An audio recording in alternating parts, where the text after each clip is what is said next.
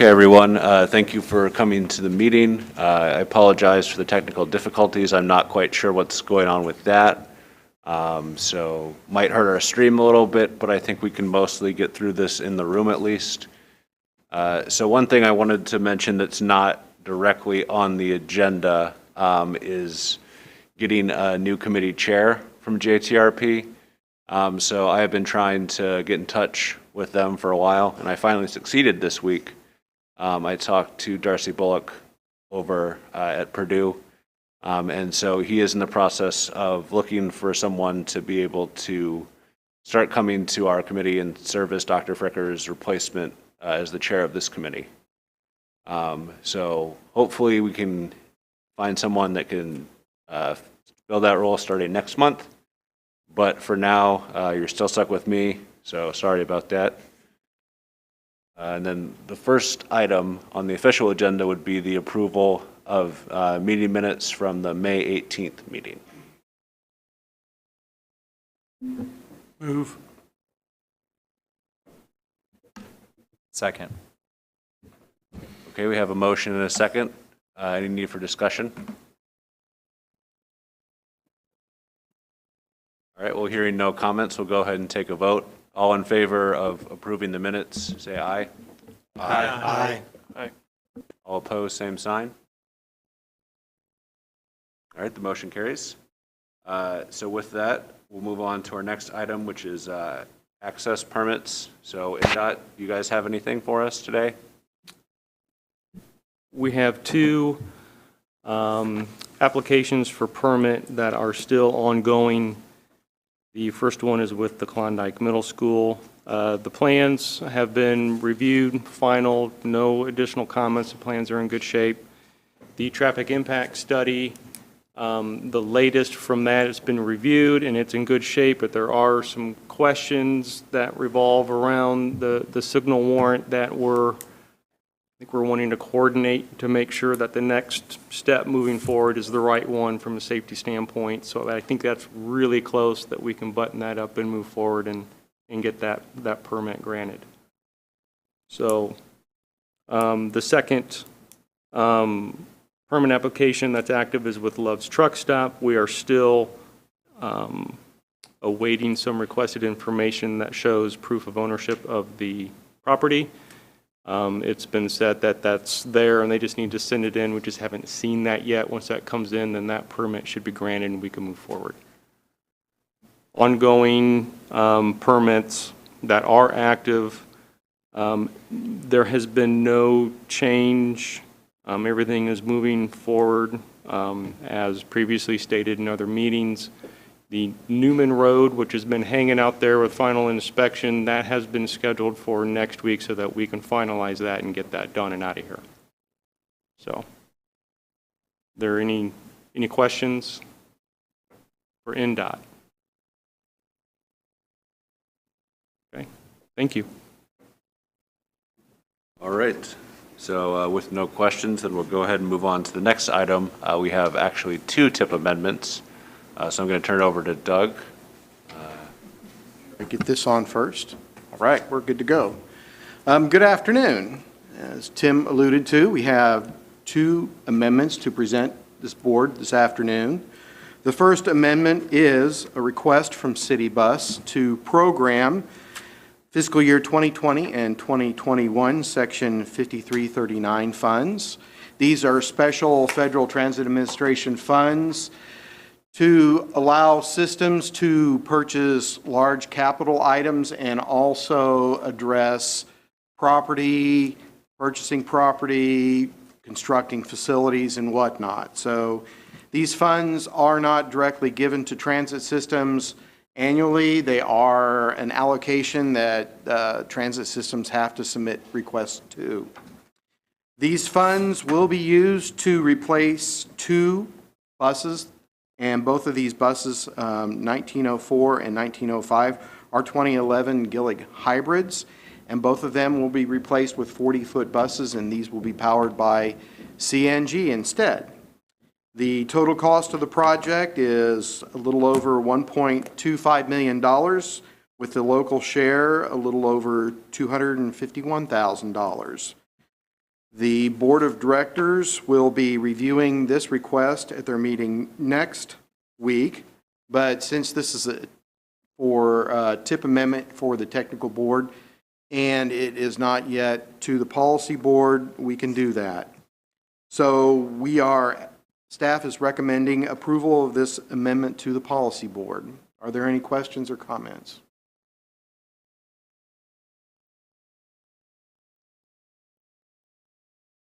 Would you like to add something, Randy? Yeah, no, like I say, it's just our continued evolution to migrate from the diesel powered buses to the CNG. We are also, in the future looking at more lower emissions like hydrogen fuel cell buses as well. But for now, we've got the commitment in there for the CNG buses. We also recently, which is a little bit good news, signed a contract for renewable natural gas that's to be used for compressed natural gas vehicles only, which allows us to actually get paid to consume the renewable natural gas that comes from ag farms or landfills or whatever. So not only is this, not necessarily fossil fuel based, we also are looking at renewable natural gas as well. So as part of the natural gas program.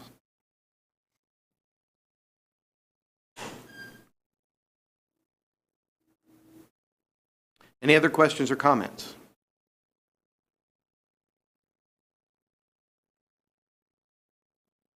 Okay, so if there are no questions or comments, then we would entertain a motion for approval of this amendment to the policy board.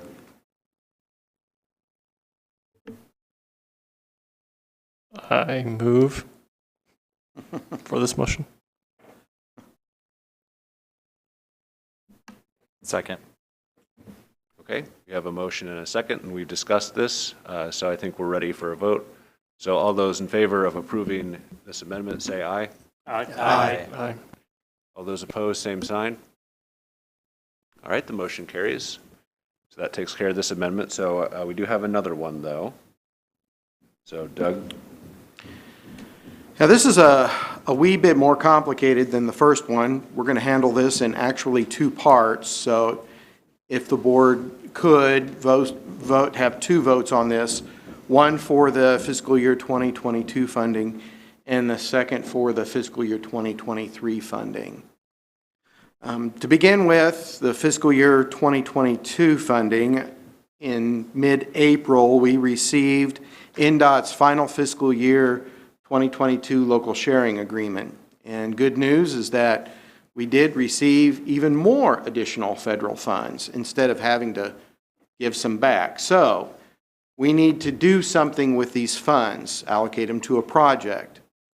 The good news is that we don't have to obligate these by the end of the month, which is the state fiscal year, but we have up till September 30th to actually obligate those. So we do have a pinch a bit of time to do something.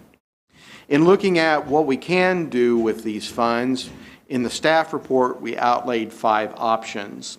2 of them would be to use them for the construction of Yeager Road or the McCutcheon pedestrian safety. But with their construction bid lettings after September 30th, we can't unfortunately do that.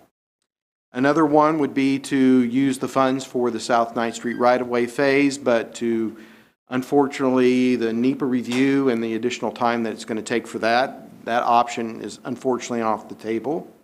Another option we looked at or think about considering is adding it to the preliminary engineering for Soldiers Home Road.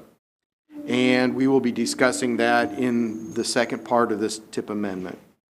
The last one, which we're recommending APC-wise, is to repay the Morehouse right-of-way phase project. Do you remember several months ago, we actually asked Stu to borrow $262,675 from that phase so that we could fully fund the Sagamore Parkway Trail project.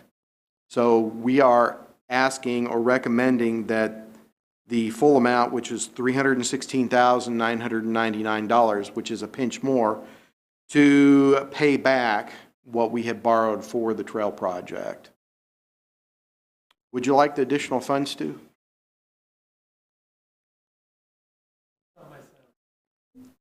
You saw our summary, we're short everywhere, so. So are there any questions or comments or any other options you would like to discuss?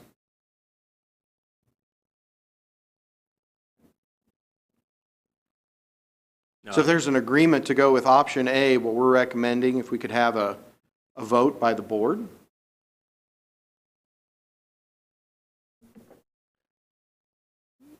Move to enter, or to vote and approve option A. Second? Okay, so we have a motion and a second to approve option A and reallocate some of these funds to Morehouse. So we've had some discussion on this. I think Doug's outlined it pretty clearly. So I believe we're ready for a vote. So all in favor of accepting this option, option A, say aye. Aye. All opposed, same sign. All right, the motion carries. So that takes care of the first one. So back to Doug. Great, and thank you. And again, echo, even more good news is that in May, we received additional information from NDOT regarding our federal funding marks for fiscal year 23, 24, 25, and 26. And the good news is, yes, we're getting more funds, all because of the new Infrastructure Investment and Jobs Act. Over the 5-year period, we'll be receiving an additional $5.1 million. And of course, incrementally, it will increase over the period. But at this time, we would like to only look at fiscal year 2023. For one, it starts here next month in roughly 16 days. And then also, we will be putting together a new Transportation Improvement Program, or TIP, beginning later this year.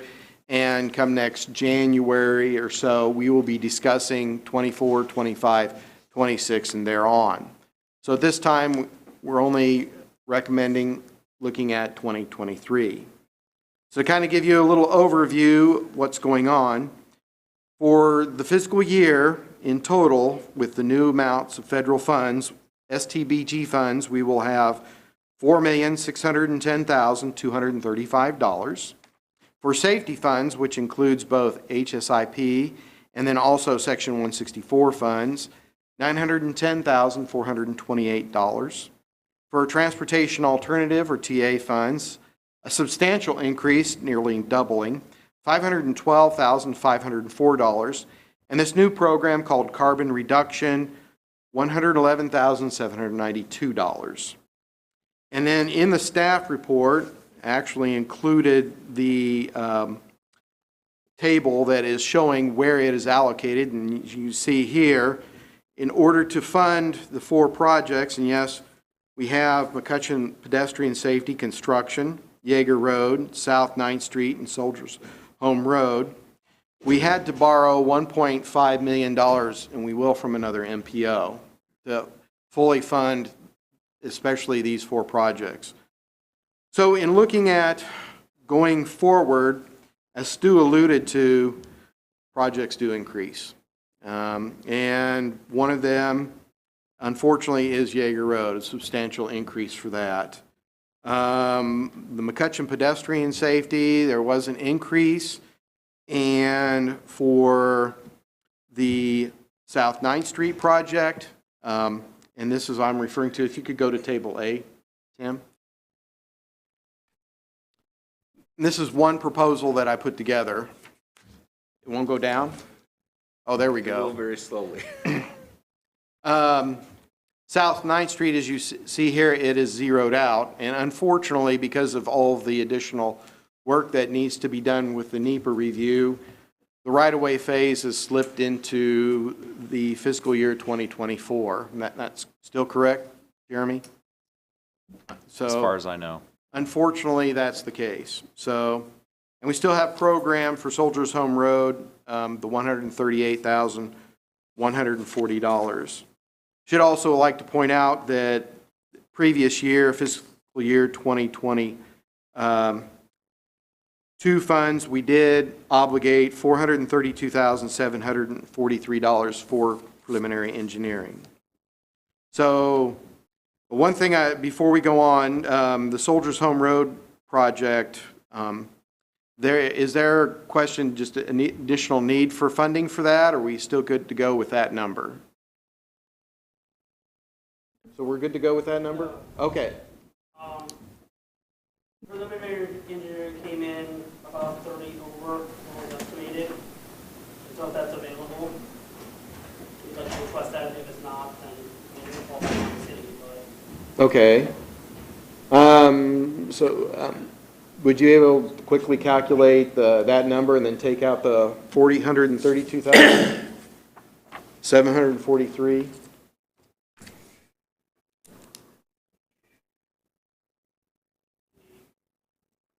So anyway, even programming, well, that, we figure that number out, even programming the additional amounts for the Yeager Road project, and this is fully funding both construction and construction engineering.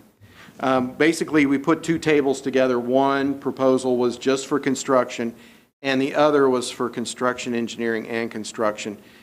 And of course, no matter which way we go, we're still going to have to borrow some funds to fully fund it. So our thoughts were, since we already initially planned to borrow 1.5 million, or ask, I should say, from another MPO, the reduced, even fully funding right-of-way, or not right-of-way, but construction and construction engineering, that we do pursue that, because the estimates that we have in the Table A would be borrowing just $1.2 million approximate. So, am I putting you on the spot? yeah, that's fine. No.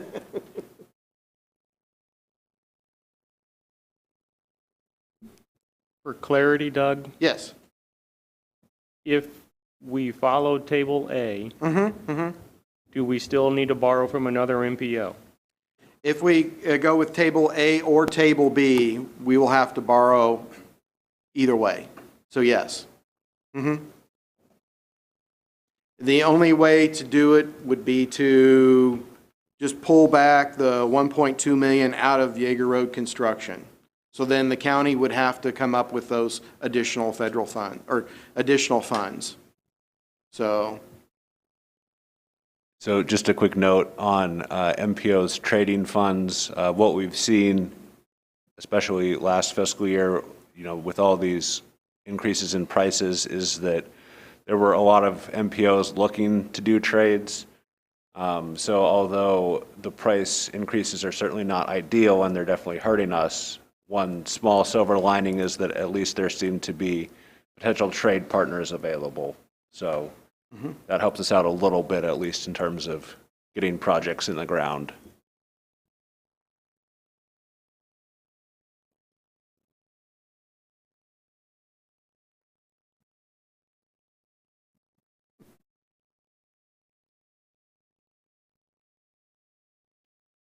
So Doug, on there where it says borrowed from fiscal year 2024, how is it? okay, so you're only looking Yeah, at additional 30,000. right. Oh, whew, man. Small. Okay, so the good news. Okay, to answer your question, with the allocation in terms of borrowing money from another MPO, we'll have to pull it out of a future fiscal year. And generally, what we try to do is to pull it out from the next fiscal year. So once fiscal year 2023 starts, we will be searching for an MPO to actually do the trade. So when we come to develop the TIP later this year and go through the allocation, we'll have to specifically line item in 2024. We have borrowed the amount, 1.2 million or so, out of that year to take that into account. So we're not getting 2023 funds from them and then prepaying them with 2024, or We will be getting 2023 funds from them and then repaying it back in 2024. to that MPO? Correct. So the additional amount used is actually fairly small, 30,000 in federal funds. So if we could just tack on, instead of the 138, it'd be 168, 140. And then just add the amount, the 30,000 to the, what we borrow. So that would be 1,246,633. It's not much. So the Soldiers Home Road, the 138, 140 would change to 168, 140. So then we would have to borrow from another MPO an additional 30,000. So the new amount borrowed that's highlighted in pink would be 1,246,333. Does that help clarify that? Okay. Does everybody understand that? So do we have another MPO identified that might have funds available? And if they're not available, I know you mentioned that they have to come up with potential funding elsewhere, but does that put the project in jeopardy then if that 1.2 million is not identified? It could possibly do that, but there are a lot of MPOs that have additional funds. And then if that's not the case, then we would actually then ask to see if we could borrow that funding from Group 3 and Group 4 funding. And then if that's not the case and we can't do that, then we would actually see if we could borrow it with and do a swap on the NDOT funding side. So we have several other options if we can't borrow from another MPO. And so far, we haven't had to run into that in terms of we've always been able to find one to actually do the trade with. And if we do approve this and then approve it in July with the policy board, we will then start immediately contacting the other MPOs and say, hey, we have this trade because of just 2 construction projects, and we want to pursue that, so we'll just do it immediately. So, any other comments, concerns? Like to add something, Stu? I'll just throw a wrench in this. Okay. The CN, or the CE going into the CN on Jaeger, Yeah. when we were at that commitment point, back before monies became available, we kind of committed to self-inspect so that we could move that CE into the CN. Okay. And it's actually, I think it's too late Okay. for us to flip back because we'll have to advertise, RFP, select, Okay. negotiate. Okay. It ain't going to happen. That being said, I don't want to throw away the money because we have 2 very large parcels in condemnation. So we're within the next month or so, we'll know how that will fall, but we could be overshooting our right-of-way. Okay. Okay. So I'm saying that 300,000 or 400,000 for inspection, Yeah. I can't use, but I may need some of that for Well, right-of-way. regarding that, to kind of give you an idea for the Sagamore Parkway Trail project, originally we just had enough funding for the construction phase, but with the additional funding that we received, we were able to add construction engineering inspection, so they were able to actually switch that and use federal funds for that.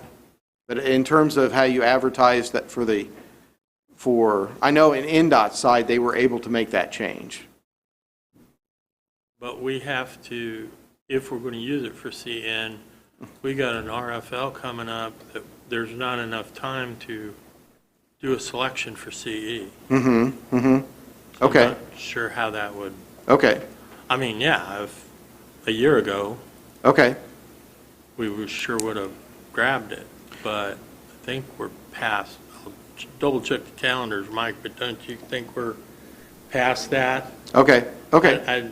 The RFP, you got 2 months, then you got selection contract approval, FEMA's,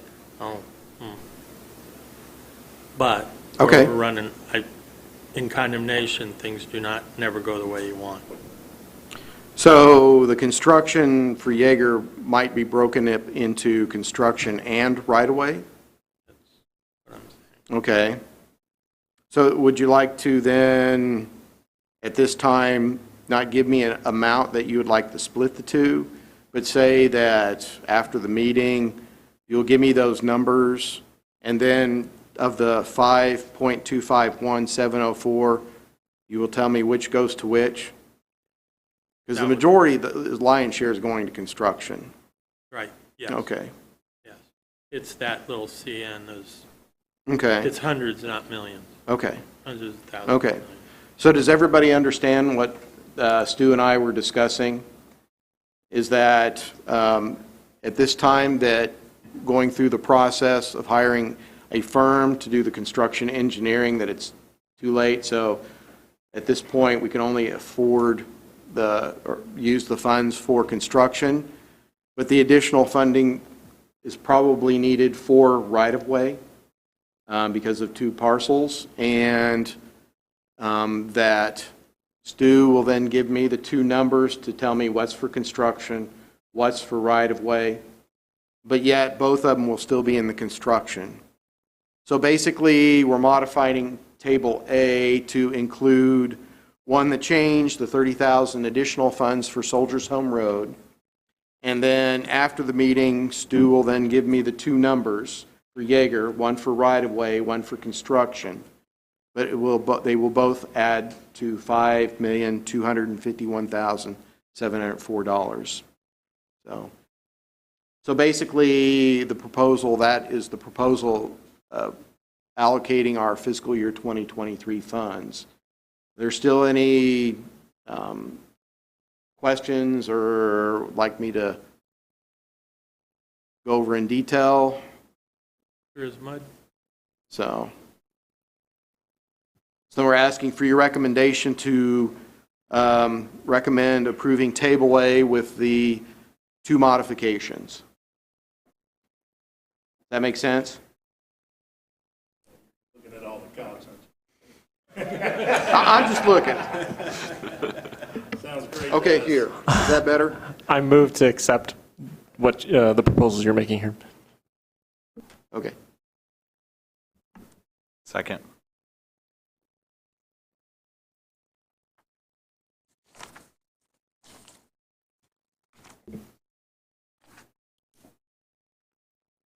All right, well, we have a motion and a second, and I think we've discussed this enough.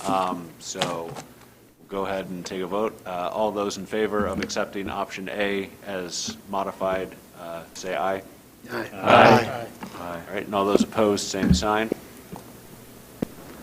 Great, thank you. All right, the motion carries, and unfortunately, it looks like we are having a new sort of technical issue that's not quite resolving, so I'm going to see if I can flip this to this, so we can at least get through most of the meeting. Okay, so this brings us to the APC progress report. So we have several updates here. So the first one would be on the Metropolitan Transportation Plan. So we did adopt something at our policy board meeting earlier this month. We were up against a deadline where we had to have something adopted by June 8th. So we moved the policy board forward a couple of days to meet on June 7th.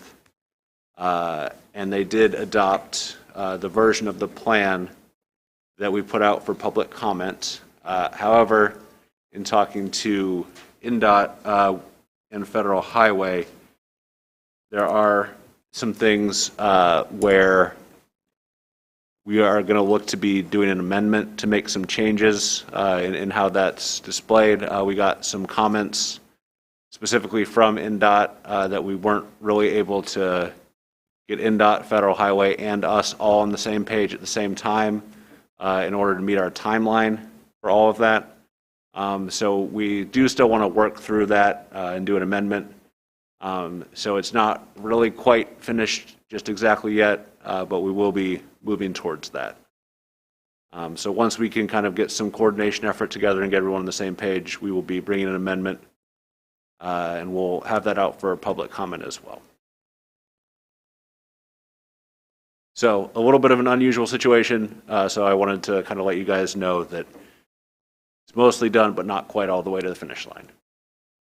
So the next item would be the NDOT permanent traffic count station data. So Doug's going to walk us through that. It's been a while since we looked at this. It has some interesting information in terms of, in the packet, we have some graphs of traffic count data. We have one for I-65, and this is the permanent traffic count station that is located just to the north of Tippecanoe County. There is one in Tippecanoe County, but it has been down for construction, or yes, and it's still not up and running yet. But anyway, kind of interesting there, you see in the dark red, of course, what happened with COVID in terms of traffic counts. And then if you look at the graph over time, we did include 2022 data, and it is good through, I believe, May 1st. And it is the dashed line information. And rather interesting is that if you look around February 3rd, I know you see that little dashed line that's kind of hanging down. Well, that was the big storm that hit. There was that large of an impact on the traffic on the interstate. Looking at the spring months so far this year, the counts have been roughly the same or even greater than pre-COVID. On May 27th, which is a Friday, the count was 59,197 vehicles a day. And what we're seeing now is peaks above 50,000, not quite yet across the 60,000 line, but we're seeing more peaks in the upper 50s. Then looking at, let me see, go to the next one.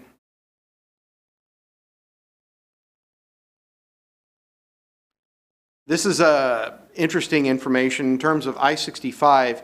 Not only does the counter count traffic, but it also counts vehicles, classification counts. So I picked out three in particular. One, the blue, dark blue are regular autos, what they call autos.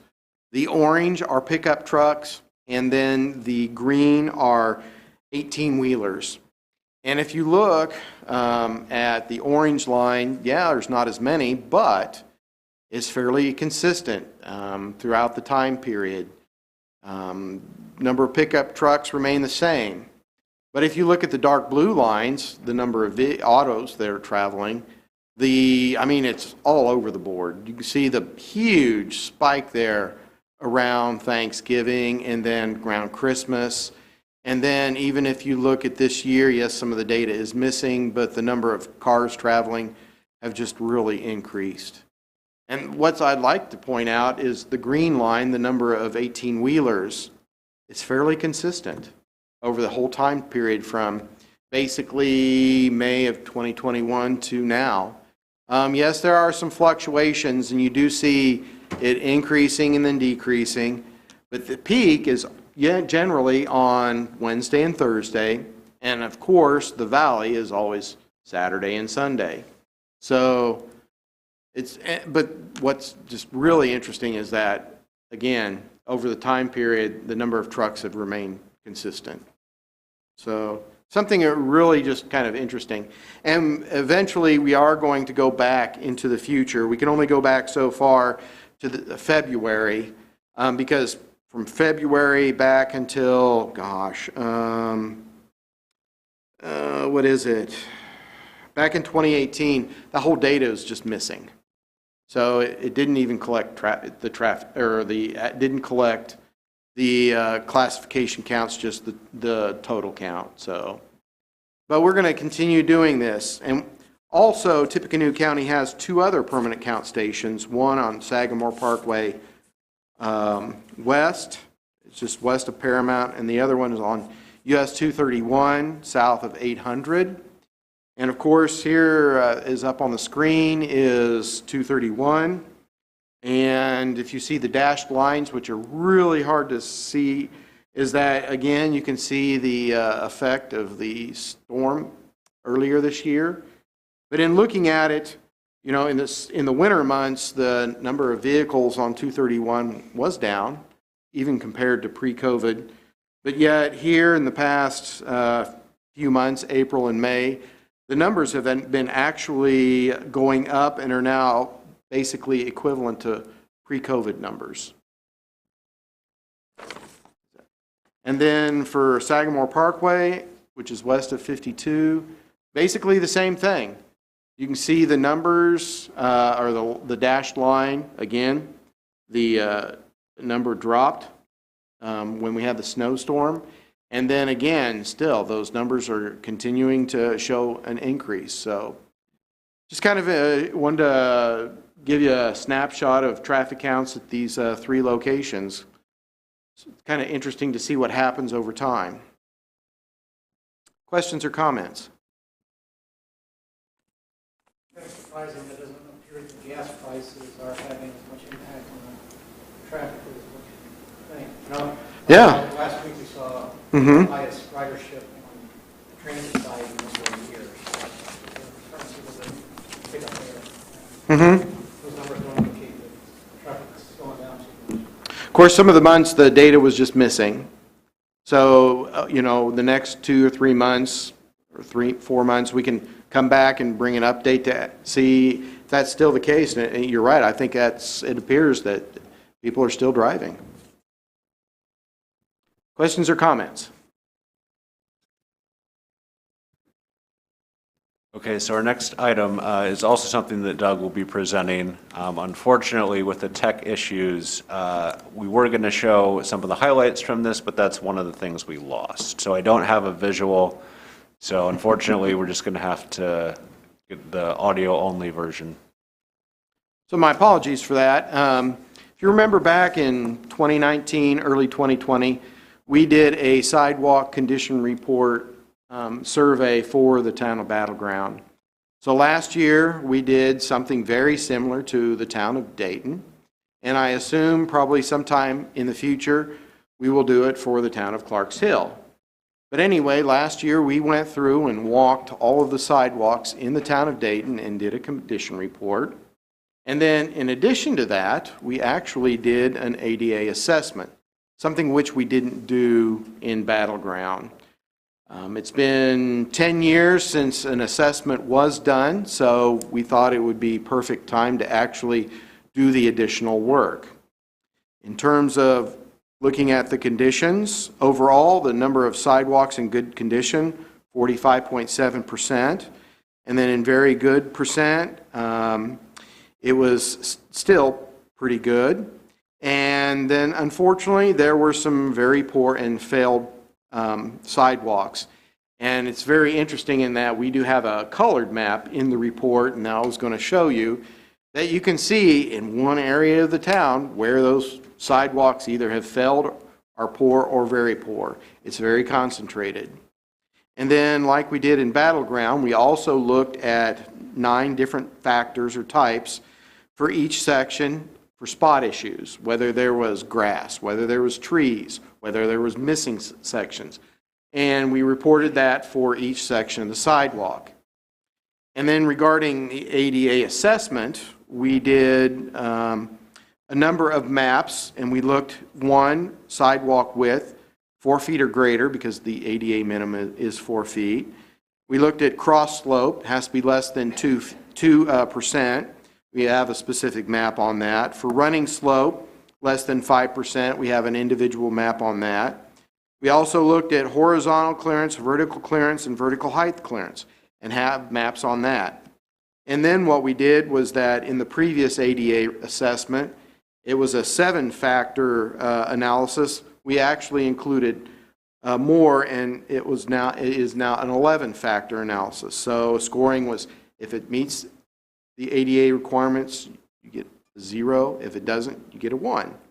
So we do have a map that shows which sidewalk sections, how they rank. And yes, there are some that have 7, 6 issues, but it gives you a good overall idea where there are ADA issues within the town.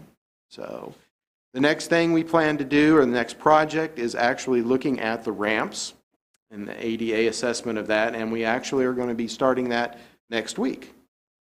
So we thought it'd be a very interesting project that we did, and just bring that information to the committee. Questions or comments? So are there any funds being identified to like replace or repair any of these sidewalks, or do like an owner match, like a 50/50 with the owner and a 50/50 with whatever funds are made available to make repairs or improve the sidewalk conditions? I don't know what the town has in terms of what their policy is regarding sidewalk replacement. I think, if I remember correctly, what they have replaced in the recent 2-3 years have all been on the town's dime in terms of the funding they received, and they have actually done that. But that's something we can ask, and we can actually put into the report at a later time if need be. Yeah, it's, Battleground or wherever we're doing it, it'd be interesting to see if they're actually going to be making an investment or, pursue funding to help, improve those conditions, so. As Battleground, their goal in terms of replacing sidewalks that need to, it's to my knowledge, they're funding it 100% with the town funds. Questions or comments?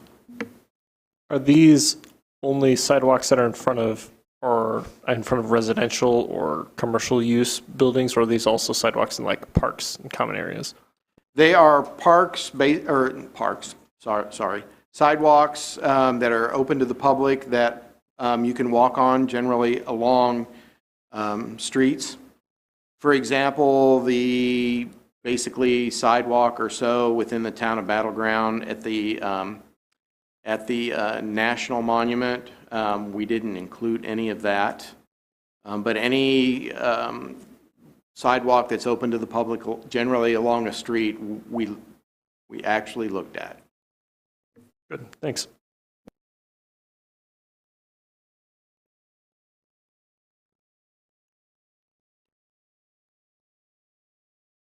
Okay, it sounds like maybe there are no further questions, so we're going to move on to our next item, which is the federal funding obligation.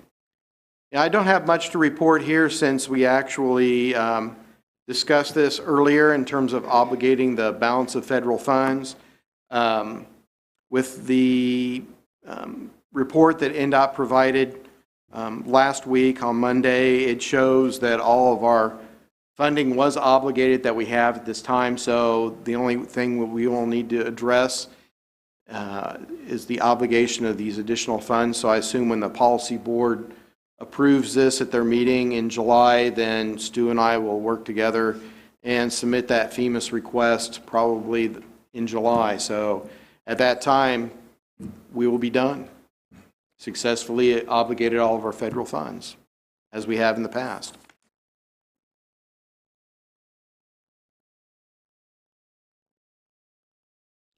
And then the last thing that, at least in my dog and pony show, is the 18-month letting list. And unfortunately, not much to report. It's all basically on one page. Looking forward, we have no projects on the July and August letting. We have several in September.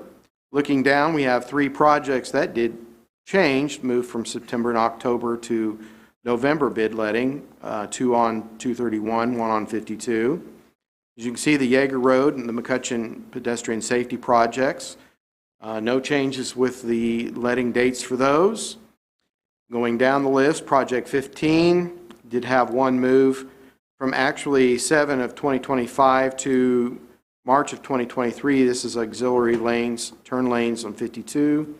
And we actually have 2 new projects, 17 and 18, correction. 18 says 28, that should actually be 38. So I missed that when putting this together. So both are bridge deck overlays.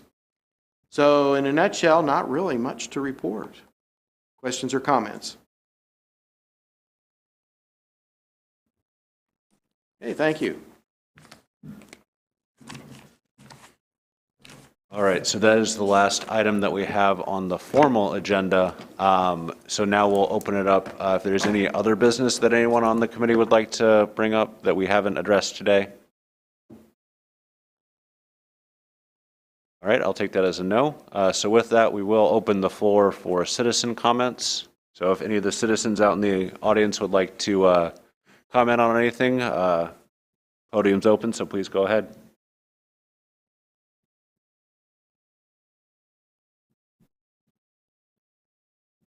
All right, I'll take that also as a no. So that should move us on to our last item, which is adjournment. So I would entertain a motion from the committee to adjourn. I move to adjourn this committee meeting. I'll second the motion. All right, we have a motion and a second. All in favor of adjournment, say aye. Aye. All opposed, same sign. All right, we are adjourned. Thank you all for coming, and we'll see you next month on July 20th.